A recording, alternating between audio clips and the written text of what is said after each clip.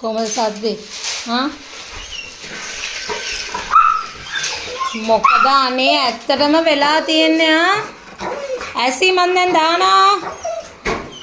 අනිත් අයට ඉන්නත් නෑ. උදේන් පටන් අරගෙන.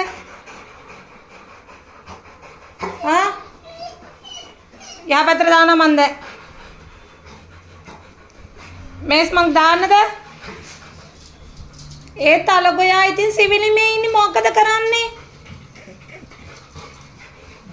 දැන් තලගොයා සිවිලිමේ ඉන්නකොට ඔයගොල්ලන් සිවිලිමට යන්න බෑනේ.